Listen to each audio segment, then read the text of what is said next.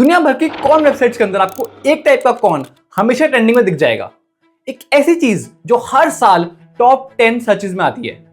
Step sister, step mother, step brother, step father. Yes, परिवार के लोग जो आपस में संबंध बनाते हैं। पर सबसे अजीब बात यह है, रियल ब्रदर और सिस्टर की कभी भी आपको कॉर्न नहीं दिखेगी।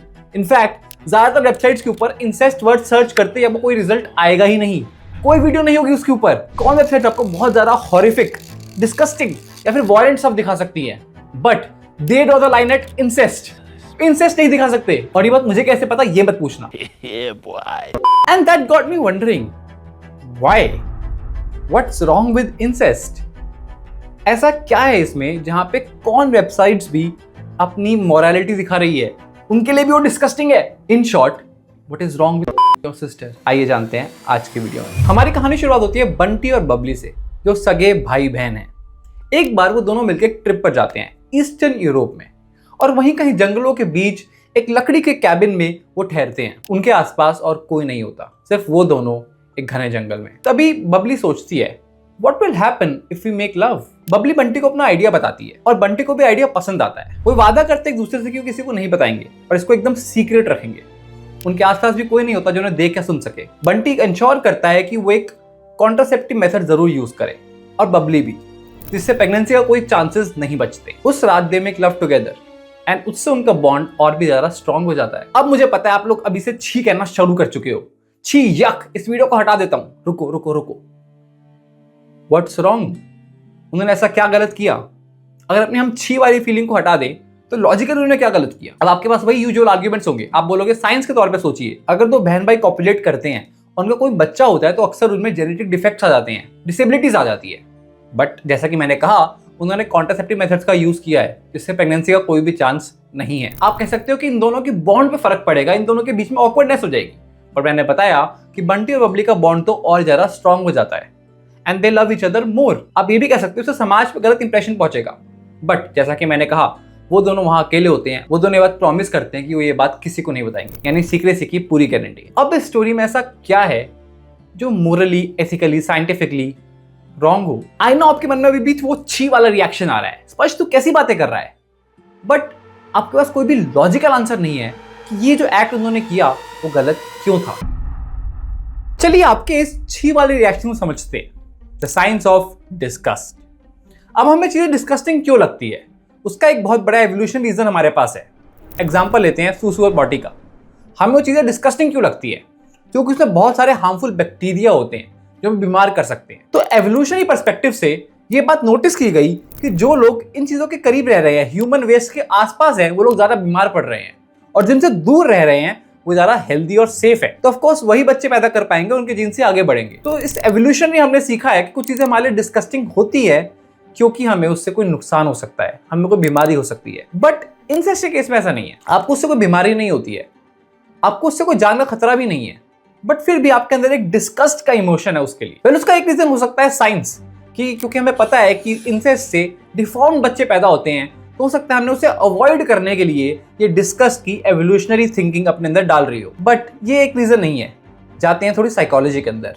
एक इफेक्ट है वेस्टमार्क इफेक्ट। तो 6 साल की उम्र से पहले जो लोग साथ में रहते हैं, क्लोज प्रॉक्सिमिटी में रहते हैं, उन लोगों के बीच में एक दूसरे के प्रति सेक्सुअल एवर्जन हो जाता है, डिसेंसिटाइजेशन हो जाता है, जिससे वो एक दूसरे के प्रति सेक्सुअली अट्रैक्टेड नहीं होते। पर सबसे अजीब बात ये है, हमारे अंदर ये डिस्गस्टिंग वाली जो फील है इंसेस्ट के लिए, वो रिसेंट है। क्योंकि पहले जमाने में इंसेस्ट काफी कॉमनली पाया जाता था। आपने नाम सुना होगा क्लियोपात्रा का, जिन्होंने अपने भाइयों से शादी करी थी। या फिर आपको याद होगा इंग्लिश का वो चैप्टर किंग टट के नाम से, टूटांखामेन, जिनकी हमें टूम मिली थी। अब माना जाता है कि उनके पेरेंट्स भी भाई बहन थे, जिसकी वजह से किंग टट एक काफी डिफॉर्म शेप में पैदा हुए थे। उनका लेफ्ट पैर मुड़ा हुआ था, जिसकी वजह से उन्हें चलने के लिए एक छड़ी की जरूरत लेनी पड़ती थी। उनको एक हड्डियों की बहुत बड़ी बीमारी भी थी, और वो सिर्फ 19 साल की उम्र में ही मर गए थे, जो कि इजिप्शियन फेरोस के अंदर हाईली इनब्रीडिंग होती थी। हिस्ट्री में हमें ऐसे बहुत सारे एग्जांपल्स मिल जाते हैं रॉयल सोसाइटीज के, रॉयल फैमिलीज के, जो बहुत टाइम तक भाई बहनों में शादी करते रहे और उनको उनके नुकसान भी झेलने पड़े। एग्जाम्पल लेते हैं सबसे ज्यादा इनब्रेड फैमिली का, the Habsburgs, the Spanish royal family. Habsburgs इतने ज्यादा इनब्रेड थे कि वो उनके हर बच्चों के अंदर कोई ना कोई जेनेटिक डिफेक्ट मिल ही जाता था।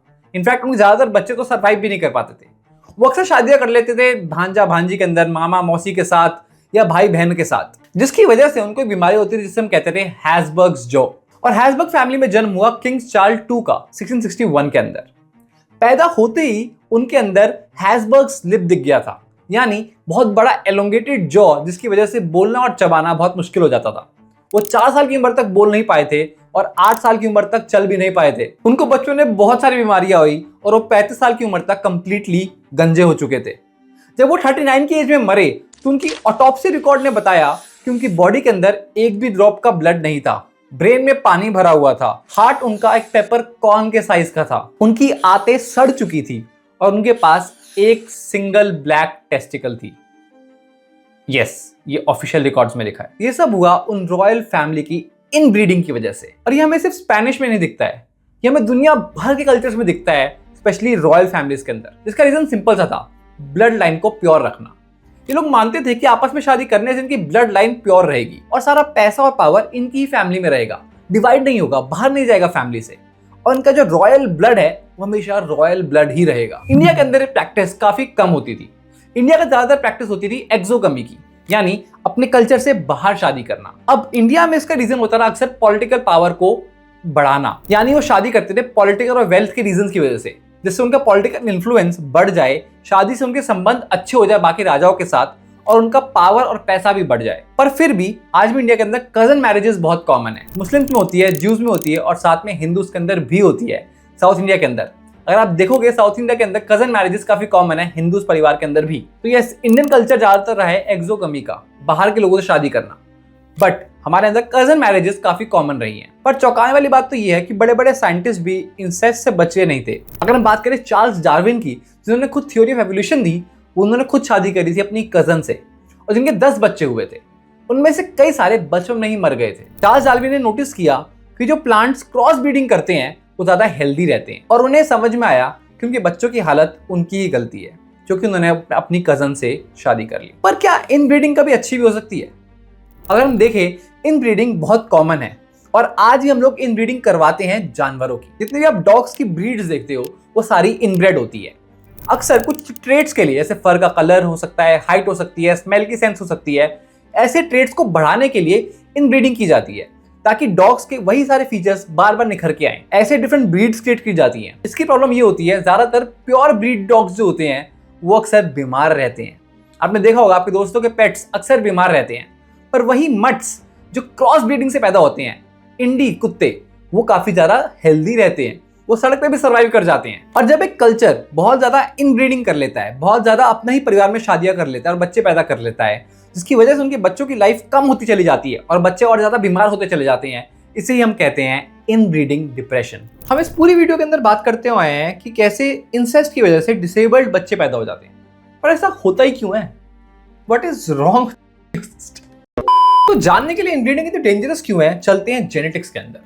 आपके हर सेल के अंदर होता है आपका डीएनए, जो बनता है 23 क्रोमोसोम से, जिसका आधा आता है आपके फादर से और आधा आता है आपकी मदर से, मिलके बनते हो आप। और इसके अंदर होते हैं जीन्स, जो काफी चीजें डिसाइड करते हैं आपके बारे में, जैसे आपका ब्लड टाइप क्या होगा या फिर आपके आंखों का कलर क्या होगा। अब जीन्स डिफरेंट फॉर्म्स के और टाइप्स के होते हैं, जिसे हम कहते हैं एलियल्स। अब इनमें से कुछ एलियल्स डोमिनेंट होते हैं और कुछ होते हैं रिसेसिव। एग्जाम्पल के लिए बात करते हैं आंखों के कलर की। जो ब्राउन आंखों का कलर होता है, उसका जो जीन होता है वो काफी डोमिनेंट होता है। तो यानी अगर आपके दोनों पेरेंट्स में से किसी एक पेरेंट की भी आंखें ब्राउन है तो बहुत ज्यादा चांसेस है कि आपकी आंखें भी ब्राउन होंगी। और अगर हम वही बात करें ब्लू आइज की, तो ब्लू आइज का जो जीन होता है वो एक रिसेसिव जीन होता है। उसके लिए आपको दोनों पेरेंट्स से ब्लू आइज का जीन लेना पड़ेगा, तभी आपकी आंखें ब्लू होंगी।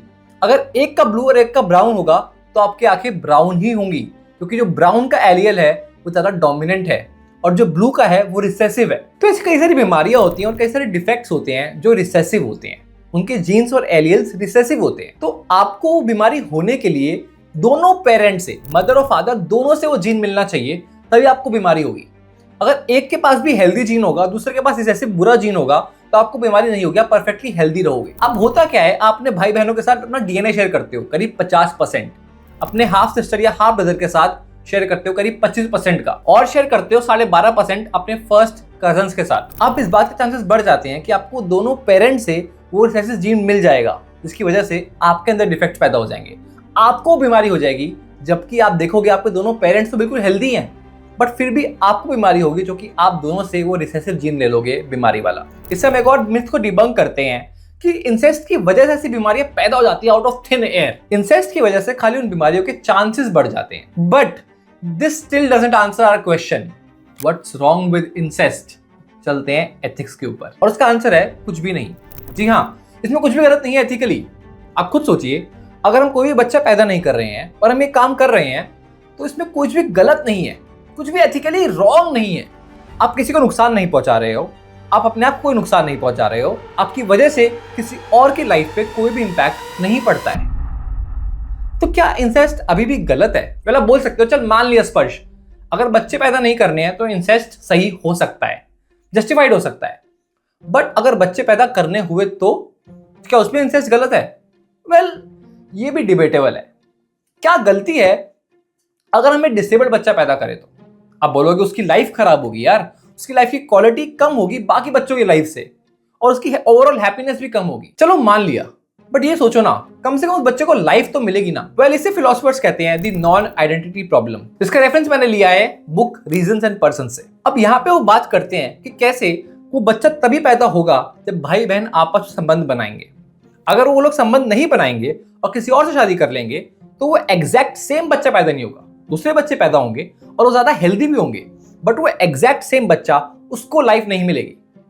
So what's wrong with giving birth to a disabled child? After all, you're giving him a life. आप उसे जिंदगी तो दे ही रहे हो, चाहे थोड़ी सी खराब दे रहे हो बाकियों कंपैरेटिवली, बट एक जिंदगी मिल रही है उसे। अगर आपको लगता है कि लाइफ अपने आप में गिफ्ट है और लाइफ की अपनी एक वैल्यू है, तो कोई प्रॉब्लम नहीं होनी चाहिए इंसेस्ट के द्वारा बच्चे पैदा करने में भी। और ये लाइन ड्रॉ करना बहुत मुश्किल है कि कौन सी लाइफ अच्छी है और कौन सी लाइफ बुरी है। एग्जैक्टली कितनी लाइफ बुरी होगी? अगर आपके बच्चे के अंदर एक डिफेक्ट होता है एक हाथ के अंदर, तो क्या वो बुरी लाइफ है? शायद चल जाएगा काम उससे। दोनों हाथ के अंदर, दोनों हाथ और एक पैर के अंदर, और दोनों हाथ और दोनों पैरों के अंदर डिफेक्ट हुआ तो आप कहां लाइन एग्जैक्टली ड्रॉ करोगे? ये बात क्लियर ही नहीं है। और कहां पे आप बोलोगे कि इंसेस्ट गलत है और कहां तक सही है, वो भी क्लियर नहीं है। ये बात भी याद रखो कि अगर हम लोग टोटली अनरिलेटेड स्ट्रेंजर से भी शादी करते हैं तो भी चांसेस जीरो नहीं होते हैं डिफेक्ट्स के। कोई बच्चों के अंदर डिफेक्ट्स आता है, डिसेबिलिटीज आती हैं, तो क्या आप उन बर्थ्स को भी इमोरल मानोगे? तो मेरी इस रिसर्च के अंदर मुझे एक ऐसा कोई ठोस रीजन नहीं मिलता है जिसकी वजह से हम ये कह सके कि इंसेस्ट मोरली एथिकली गलत है। यस, आपको अभी भी उससे इकी और डिस्गस्टिंग वाली फीलिंग आ सकती है, बट वो बस फीलिंग्स है, आपके पास कोई लॉजिकल आर्ग्यूमेंट नहीं है। So what's wrong with sister? The answer is nothing. भले अगर आपको लगता है कि लाइफ अपने आप में बहुत वैल्यूएबल चीज है और बहुत खूबसूरत चीज है, तो आपको देखनी चाहिए मेरी ये वाली वीडियो सुसाइड के ऊपर। यहाँ पे मैं बात करता हूँ क्या हमें सुसाइड कर लेना चाहिए और क्या वो मोरली और एथिकली सही है।